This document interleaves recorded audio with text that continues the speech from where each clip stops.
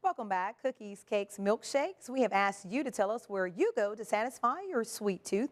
From your comments on our Facebook page, one place stood out with the most suggestions. Mary's Cakes and Pastries in Northport is fantastic. Everything is delicious. Cookies are to die for. WVUA reporter Mary Beth Harrison takes us there for this week's Taste of the Town. Hidden in an alley in downtown Northport is Mary's Cakes and Pastries. For owner Mary Caesar, baking has always been a way of life. I come from a large family. I've got 4 brothers and sisters, and we always cooked. And some of my fondest memories as a child were making Christmas cookies until 2 o'clock in the morning. That love of baking drove Mary Caesar to leave the business world and go back to culinary school. Turning point in my life was, when your friends, you start to lose friends, and you realize that they didn't get a chance to do the things that they wanted to do. You only live once, and you never really know how long that once is going to be. But chasing her dream hasn't always been perfect.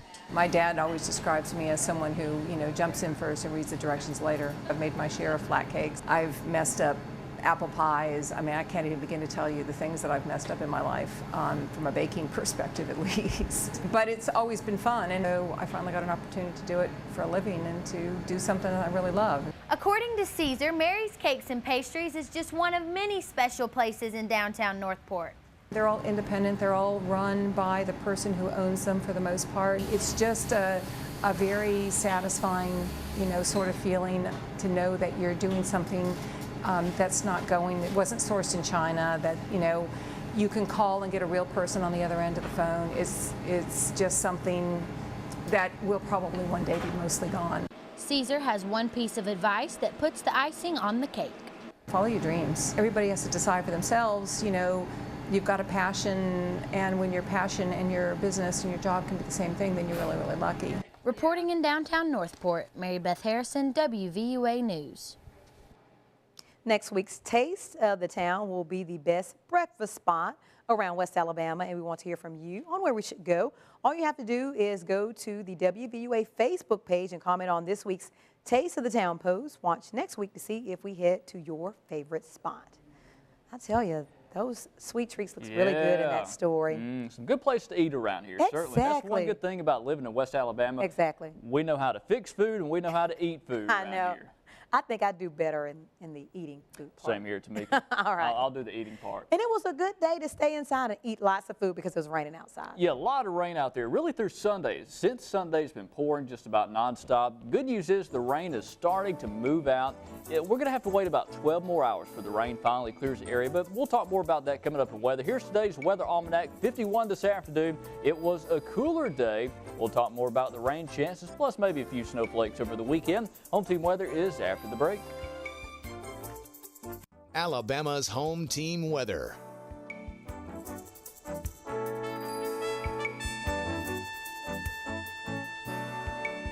Hey, welcome back on this Tuesday night. We'll check out that Tuscaloosa Tower camera. Looking down University Boulevard towards downtown Tuscaloosa. The streets are still wet out there, still some drizzle and mist happening. Good news is, hey, the very heavy rain, it is out of here. That is a good thing, certainly with all the flooding issues happening out there now. We'll check out live radar, see where the rain is this time. And really, you see some rain on radar, some blips of green showing up over Tuscaloosa and Jefferson County. Also down over portions of Marengo and southern Hale County, central Perry County.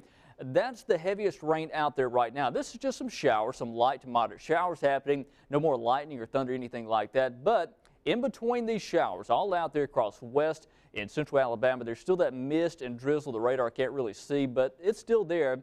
And I think that'll be the case through at least tomorrow morning. Some drizzle at times, some mist. But the heavy rain, hey, it is out of here. Notice over the past several hours over Mississippi, Alabama, and now into Georgia, the heavier rain pushing off towards the east. So that should at least help the flooding issues a little bit out there. But still, we got that mist around the drizzle through tomorrow morning. And notice back off towards the west, no really organized clearing happening west of. It's going to take a little while to get all this low-level moisture out of here. And as that happens, I think late in the day tomorrow, we'll start to notice some clearing out there. Maybe a little peak of sun here and there. Check this out. Really impressive storm totals over the past several days since Sunday. And this is the radar estimates out there. And you see the scale there at the side of your screen. Anything that's in a red shade, the radar saying 5 inches of rain or more has fallen. In fact, down over parts of Marengo County, the pink shades, that is 8 to 10 inches of rain. Over southern Marengo County, portions of Wilcox and Dallas County seeing quite a bit of rain out there. And again, all of us seeing a lot of rain. Good news is, though, the heavy rain, it is out of here for now. That being said, I think another rain event does approach your area sometime next week, but we'll get a few dry days, so all the creeks and rivers will be allowed to drain some over the next few days. The sunshine finally returns across your area. Right now, though, it is cooler, 47 in Tuscaloosa, 42 in Haleyville, down towards the south, Linden 48, York reporting 48, Clanton at 47. We'll stay pretty chilly out there tonight. We warm up just a little tomorrow. A good deal of cloud cover, maybe a few peaks of sun late in the day. Lunchtime temperature around 52, 55s, go towards 3 o'clock tomorrow afternoon, but still some showers and some mist around between now and lunch. But again, the heavy stuff, it's out of here for now as a wave of low pressure moves off towards the east. The dry air moves in from the west. Valentine's Day on Thursday looking nice and sunny. It will be cooler at night, but warmer during the daytime. On Thursday, upper 50s to around 60. Friday, pretty nice, but again, things are going to change again as we go into our weekend plans. On Saturday, it gets a lot colder, and a few flurries are possible on the Saturday time frame there, so watch that close. 45 tonight, rain at times, but again, it's going to be light rain. Tomorrow's a few morning showers, maybe a few peaks of sun late in the day. Afternoon high around 55 for Valentine's Day. On Thursday, look for temperatures top out in the upper 50s to around 60. Very nice weather. Chilly at night, though, lows back in the 30s. Maybe a couple of snowflakes on Saturday. No big deal there. No issues expected. Next big rain event arrives as we go towards Monday and Tuesday next week. A few strong storms are possible during the day on Tuesday. Here's our Tuscaloosa Toyota fishing game forecast, home with a lifetime warranty. Best activity tomorrow happens around 4 a.m. and 4 p.m. Peak action into the excellent range. Everybody's going to be glad that the rain is slowly moving out of our area. Oh, yeah, very happy. We need to dry out. All right, and busy night with Bama basketball. Big night for SEC hoops. Bama trying to pick up a road win. Once again, it was not an offensive explosion by any means, but a good night for the Tide, plus Kentucky and Florida hooking up.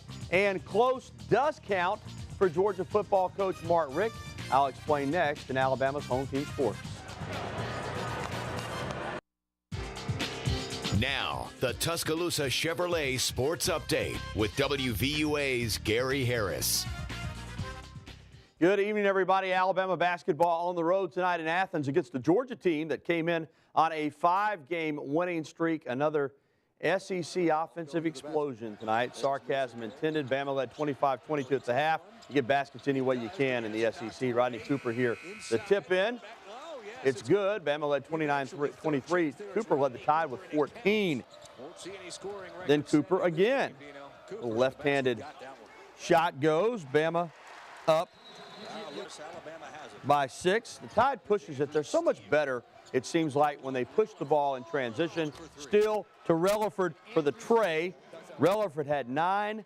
Bama led 34-27. Georgia would rally despite going more than 10 minutes without a field goal to lead 41-40. But the Dogs shot just 20% in the second half, and Alabama gets the victory 52-45. Hey, Alabama is now 8-3 in the SEC. The Tide will host South Carolina on Saturday afternoon. More points down in Gainesville tonight. The Gators hosting Kentucky. Scotty Will Beacon gets the one-handed jumper. Florida up 20-15. Then Will Beacon again. This time he spots up, knocks down the tray. 25-15 Florida.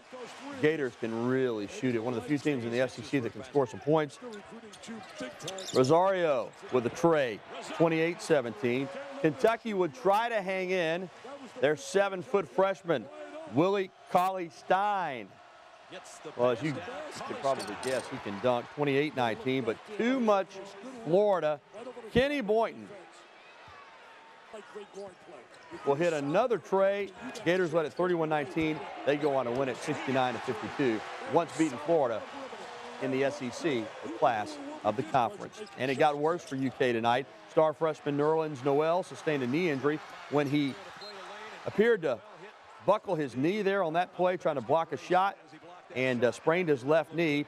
No update on his condition was immediately available, but it certainly wasn't a good sign for Kentucky that the 6'11" freshman didn't put any weight on the leg and had to be helped off the floor by his teammates. Noel left the arena in a wheelchair and was taken for x-rays in Gainesville. Kentucky coach John Calipari gathered his team in prayer for Noel before addressing reporters after the game. You know, they're hoping he comes back. Well, as we talked about at the top of our newscast in depth, 4 University of Alabama football players have been suspended indefinitely following their arrest on charges including credit card fraud and robbery. Officials say running back Brent Callaway was arrested Monday on a charge of fraudulent use of a credit or debit card. Linebackers DJ Petway and Tyler Hayes were charged with second-degree robbery. Defensive back Eddie Williams was charged with both fraudulent use of a credit or debit card and second-degree robbery. All have been released from jail on bond. Court documents show Williams and Hayes have confessed to the robberies, and Callaway admitted to using a stolen debit card. All 4 players have been suspended indefinitely, and we'll keep you up to date, of course, on this story as events unfold. CoachingSearch.com is reporting that veteran coach Kevin Steele will join Nick Saban's Alabama staff in an off-the-field capacity. He previously served as a defensive coordinator at Clemson under Dabo Swinney. But you'll remember he was the first coaching hire Nick Saban made back in 2007. When he took the job at Alabama, he coached under Saban on defense on 2007 and 2008. His previous coaching experience includes a head coaching job at Baylor and assistant coaching stints at Florida State with the NFL's Carolina Panthers, Nebraska, Tennessee, Oklahoma State, and New Mexico State. It's believed that Steele will serve in a player personnel role. After 2 straight trips to the SEC championship game, Georgia has given Coach Mark Richt a raise and another year on his contract. The board approved a hike in total compensation from $2.81 million to $3.2 million a year. The board also extended the coach's contract through the 2017 season. Athletics Director Greg McGarity says Rick was deserving of the raise after guiding the Bulldogs within 5 yards of a trip to the national championship game. They came up just short against Alabama in the SEC title game, settling for a trip to the Capital One Bowl. Georgia finished 12-2, improving Rick's record at UGA to 118-40 in 12 seasons. The Bulldogs have won 2 SEC championships during his tenure. And finally, amateur wrestling's governing body says it's greatly astonished by the IOC Executive Board's decision to drop the sport from the Olympics in 2020. Past and present Olympic champions in Greco-Roman and freestyle wrestling are calling it mind-boggling and a tragedy for the sport. The move will also rob the U.S. of one of its most successful Olympic sports. The only sports in which the Americans have won more medals than wrestling are swimming and track and field. And the Alabama women's golf team won the Puerto Rico Classic by a staggering 13 shots and just simply blew away the field. That is a look at sports. We're back after this. This has been the Tuscaloosa Chevrolet Sports Update on WVUA. Roll, Chevy, roll.